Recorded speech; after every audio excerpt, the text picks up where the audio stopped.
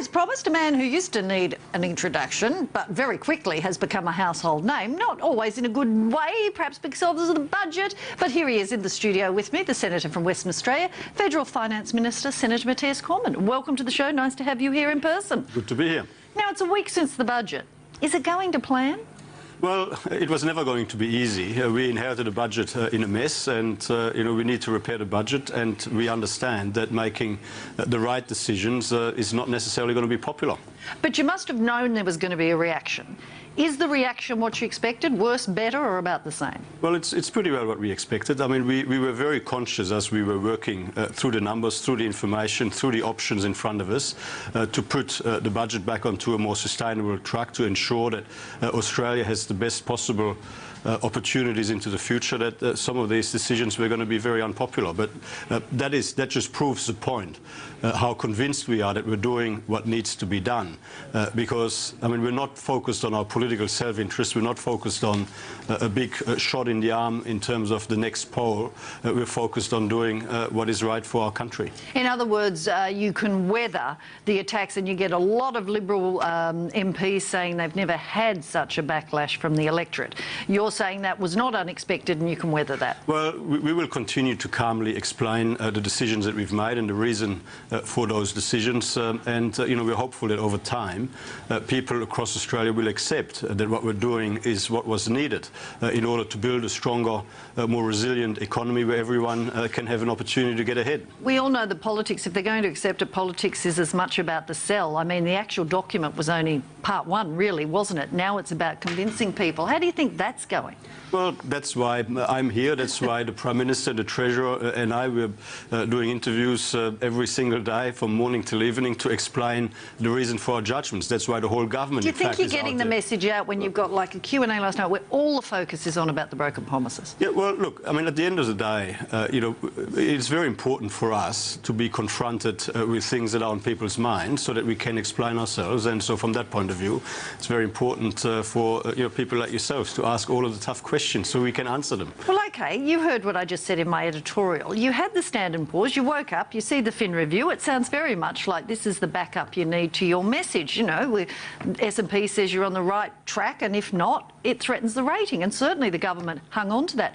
What do you make of the backtracking by the S&P analyst who's now saying, no, I didn't actually say that. Well, no, it's not under threat. Well, I let Standard & Poor's explain themselves, but what we know from the government's point of view is that the spending growth trajectory that we inherited from Labor, on top of 5 successive deficits of $191 billion and the final budget from Labor projecting another $123 billion worth of deficits, the spending growth trajectory that we inherited would have taken Australia to spending as a share of GDP of 26.5% compared to 23.1% in the last year of Labor. Now, the important thing for people to understand is that if we ever wanted to balance the budget, that would have meant that we would have had to increase taxes massively in order to catch up to the spending growth trajectory that Labor has put us on. And that would have been bad for our economy. It would have cost jobs. It would have got a massive additional number of Australians onto the unemployment queues, which is the last thing we want. We need to ensure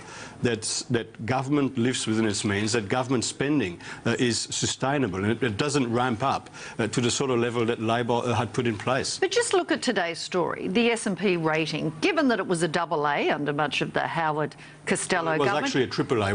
What they're seizing on is that all 3 agencies decided under the previous government to make it a AAA. And what you've got to remember, why is that? It is because by 2007, the previous government inherited a very strong economy, a strong budget with no government net debt, a $20 billion surplus, money in the bank. The government in 2007 was collecting more than $1 billion in interest payments on the back of a positive net asset position. But if it was downgraded to a AA, you would have to wear it as the government in power. I mean, Wayne Swan used to go around saying, look, under my government it's AAA. Does it really worry you? You're the finance minister. Would you be worried if the AAA was under threat? The previous government inherited a very strong position and wasn't able to deteriorate that. Even Labor wasn't able to deteriorate to the same extent as countries in other parts of the world that started from a worse position and then went into How big a worry is it, the threat to a AA? Well, I mean, obviously, we are focused on repairing the budget to ensure that we remain in the strongest possible position into the future. And it's very important for Australia to keep the AAA credit rating. Of course it is. Okay, a couple of things I want to ask about. The iron ore price continues to plummet. That has an impact on tax receipts. You obviously have a price at which you have set your estimates or what you think in tax revenue. How concerned are you by the collapse in the iron ore price? Well, I mean, obviously, the iron ore price has stayed quite a bit higher than was expected for a while, but now it's true. I mean, we have falling terms of trade. We've had falling terms of trade for some time. I mean, that is one of the challenges that we're facing as a government. We've got the ageing of the population and the falling terms of trade as two of the structural challenges that we're facing, which is why it is so important to get our spending growth trajectory under control, which was just trucking unsustainably high. All right, I'll try another one. In your estimates in the budget, you talk about growth. Growth actually goes down slightly this year. Then you have a bounce back. It goes up to 3.5%. 2.5%, then it goes to 3.5% when the economy recovers. What makes you think it's going to recover to that? Well, we are implementing our agenda to build a stronger, more prosperous economy. We're getting rid of anti-competitive taxes that are holding the economy back. And you think you'll see the effects of that within a couple of years? Because a lot of these measures you're taking are not going to take effect for 3 years, but you're talking about a bounce back before then. Well, I mean, the scrapping of the carbon tax and the mining tax is due to take effect from 1 July 2014. And incidentally, an important point here is that tax as a share of GDP over the forward estimates will be lower under our government than what it was expected to be under the previous government. We're also implementing our agenda to reduce red tape costs for business by $1 billion a year. We're investing in productivity enhancing infrastructure, and if you look through the budget papers, what you will see is that Treasury has assessed that our infrastructure investment agenda will add permanently 1% to our GDP. Now, all of that will ultimately lead to increased revenue for government to fund the important services of government. Okay, I'm going to go to a couple of key points the people out there are asking. So there's simple questions. I'm assuming a simple answer. Why is the debt levy on high-income earners for 3 years, yet the politicians' pay freeze is only for 1 year? Well, I mean, firstly, the politicians pay the deficit levy. So anyone who earns more than 100. I know, but you're saying there's a crisis and you need to. It'll take that long. People should do it. Why shouldn't you have a 3-year freeze as well? Well, we are having a 3-year deficit levy, the same as everybody else. Then what was the point of a 1 year? Well, pay arrangements are organised year by year. I mean, let's see what happens next year. I mean, it's quite usual. So you're leaving open if things don't improve at the same point, you could extend the freeze? Let's cross that bridge when we get there. But the point here is, I mean, the question that I've been asked, well, why aren't you making the deficit levy permanent when you're making some of these savings measures permanent? Well, that was going to be my well, the truth is that people earning more than $180,000 a year already pay $60,000 a year in tax and upwards from there, depending on how much you earn. Obviously, if we want to continue to grow an economy more strongly, if we want to continue to create opportunity and jobs for people, you've got to make sure that your tax arrangements are competitive and don't inhibit growth over the long term. But with spending, obviously, the only way you can put your spending growth trajectory on a more sustainable footing is by reducing payments to people that receive government payments. Okay, looking at politicians again as a separate class, the anomaly... We are mums and dads. No, well, you are, because I'll give you the example. The problem with lifting the pension age is the preservation age under superannuation, the gap's wider. I noticed the Prime Minister today admitted that's an anomaly you're going to have to address. Clive Palmer's pointed out the politicians are the only people that are going to be able to access their super in their 50s. Well, that's actually not true. Don't you think that's wrong? Well, it's actually not true. Like I'm on the exact same arrangements as everybody else. People that are on the old scheme, pre-2004, that may be the case. And I mean, around the community, whenever changes are made to super arrangements or whatever, there is a level of grandfathering that happens. That's happened in superannuation generally in the community. It has happened in relation to super arrangements for politicians. But me personally, I don't get access to my super in my 50s. I get it at exactly the same time as anybody else in the community. Do you think it'll be a hard sell lifting that preservation age, even though it's an obvious one you've got to do? You can't have that big gap between when you can access your super and when you can get the pension. We've been very clear in the lead up to the last election. We're not going to make any detrimental, unexpected changes to super in this term of government. We think it's important to have stability in policy settings when it comes to super because people plan for their retirement with long lead times. But in the lead up to the next election, we will have conversations conversations about these sorts of issues to sort of see what adjustments, if any, might have to be made in a second term. OK, I'm going to take a break there and then we'll come back and talk about a number of other things, medical funds, Clive Palmer, a few other things as well. We'll take a break, we'll be right back.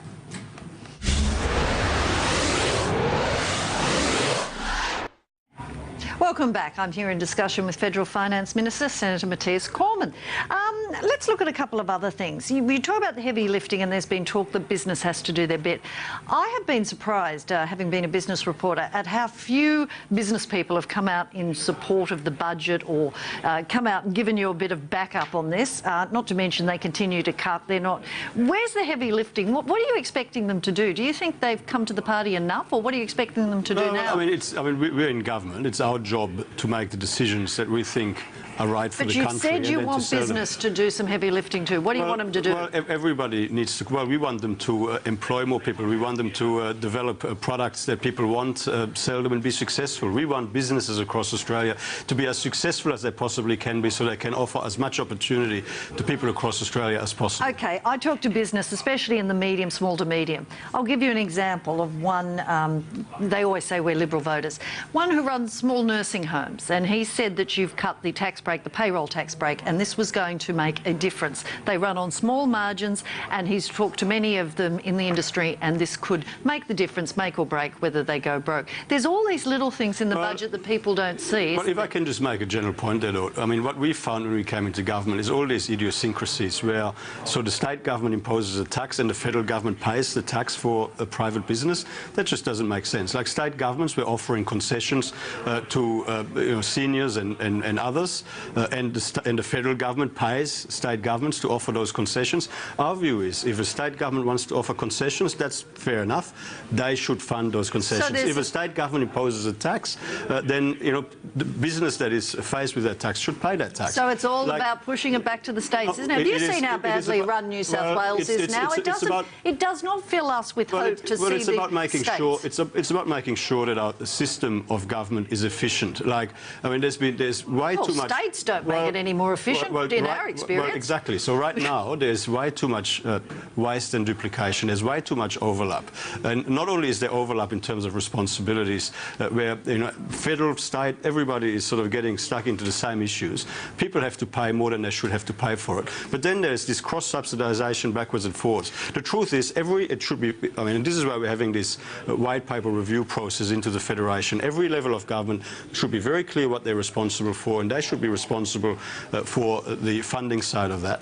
And there should be less confusion around all of this. Yeah, well, there's confusion because they claim they weren't warned. If you wanted a debate on the GST or to throw up cooperative federalism to change the whole system that we've been moving on, surely you could have had the discussion first. I mean, as somebody said, you're a government that hit the ground reviewing. Shouldn't you have looked at this first? I mean, we were very upfront. I mean, why are they so shocked? Why are we all so shocked? I don't remember this bit. I wonder why they're being so shocked. I wonder why they're so shocked. Are they not telling the truth either? Well, let me put it this way. We were always very clear that we would only fund Gonski for the first 4 years. We always were very clear. The hospitals, the 15 million. We were always very clear that we would keep the funding envelope for health in place for the forward estimates at the time of the election. So you say they're just pretending to be shocked? Well, Labor was throwing money around. They were splashing money around left, right and centre, money they didn't have. They kept borrowing money, more money, to throw at everyone, including the states. The states, if they talk to you privately, were well aware that the spending that Labor locked themselves into